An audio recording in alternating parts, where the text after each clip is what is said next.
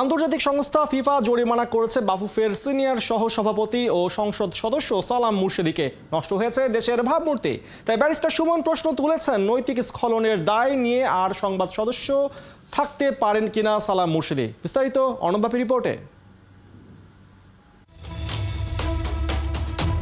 অপরাধ ছোট হোক কিংবা বড়, যেখানে জড়িত দেশের ভাবমূর্তি সেখানে ছাড় পাওয়ার সুযোগ কতটুকু আছে? অথচ বছরের পর বছর ধরে বাফুফের কারণে আন্তর্জাতিক অঙ্গনে নেতিবাচক খবরের শিরোনাম হচ্ছে বাংলাদেশের ফুটবল। গেল বছর বাফুফের সাধারণ সম্পাদক আবু নাইম সোহাগকে নিষিদ্ধ করেছিল ফিফা। অর্থ কমিটির প্রধান সালাম মুর্শেদীকে ঘিরেও চলেছে ফিফার তদন্ত। এবার 52 পৃষ্ঠার চিঠিতে ফিফা জানিয়েছে, তাদের ফান্ড থেকে ক্রয় ও পরিশোধের মিথ্যা তথ্য, ত্রুটিপূর্ণ আদেশ ও ভুয়া দলিল পরিবেশনের দায়ে অভিযুক্ত হয়েছেন সালাম মুর্শেদী।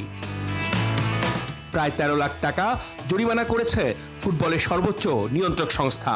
এটা কি নৈতিক স্খলনের শামিল নয়? প্রশ্ন উঠেছে, এমন ইমেজ নিয়ে কিভাবে সালাম মুর্শেদী সংসদ সদস্য থাকতে পারেন?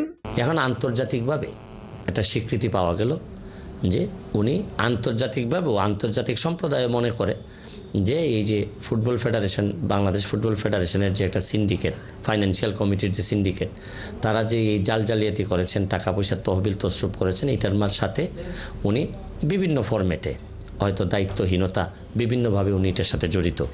তো এটা একজন সংসদ সদস্য হিসাবে আমার জন্য লজ্জাজনক আমি মনে করি। নৈতিকভাবে যদি বলেন, এটা তো কোনোভাবেই উচিত হয় না যে এরকম একজন করাপ্টেড মানুষ, এরকম একজন নেগেটিভ মানুষ, যা আসলে দেশের জন্য ক্ষতিকর, এরকম একজন, আর বিশেষ করে তার এলাকার মানুষের জন্য এটা খুবই বিব্রতকর। এটা তার এমনিতেই চলে যাওয়া উচিত ছিল, কিন্তু জানি না উনি কেন এরকম এখন। কারণ অনেক সময় হয় কি, অনেক মানুষকে ম্যানেজ করে যদি আপনি নেতা হন, অনেক টাকা খরচ করে যদি আপনি নেতা হয়ে থাকেন, তখন ওইটা আর ইজ্জত বেইজ্জতের বিষয় না, এটা তো বিজনেস তো আর আপনি একটা চাইলেই তো আপনি ছেড়ে দিতে পারবেন না। এটা তো আসলে এমপি হওয়াটা ওনারা অনেক সময় ব্যবসাও হইতে পারে, এই কারণে হয়তো ছাড়তে এইভাবে উনি চিন্তা করেন না। ফুটবলার থেকে তারকা হয়ে ওঠা, তারপর ব্যবসায়ী, ফুটবলের প্ল্যাটফর্মকে কাজে লাগিয়ে বাফুফের সিনিয়র ভাইস প্রেসিডেন্ট, বর্তমান সংসদ সদস্য।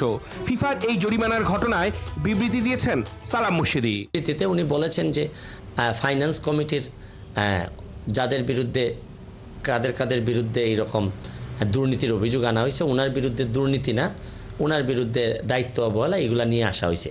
মানে উনি বুঝাইতে চাচ্ছেন, আমরা একই কমিটির মেম্বার, আমরা সবাই মিলে চুরি, এইখানে চুরি হইল, আমি ভাই পুরাটা চুরি করি নাই, তবে চোরদের সাথে আমি ছিলাম, এটা বলতে চাচ্ছেন। উনি বলতে চাচ্ছেন আমি চোর না, তবে চোরদেরকে আমি সহযোগিতা করছি, এই জন্য ভাই আমার চোরের মতো শাস্তি হয় নাই আমার, সুতরাং আমার ইজ্জত, আমি অনেক ইজ্জতদার। তো ভাই দূর থেকে আমি লজ্জা ফিল করতেছি, উনি কতটা, ওনার কারণে আমি লজ্জা ফিল করতেছি। সুমনের অভিযোগ, মুর্শেদীরা বহুদিন ধরেই দেশের ফুটবল নিয়ে খেলছেন, ফুটবলের মান উন্নয়নের বদলে রীতিমতো করছেন ক্ষমতার অপব্যবহার। অর্ণব বাপি, ৭১।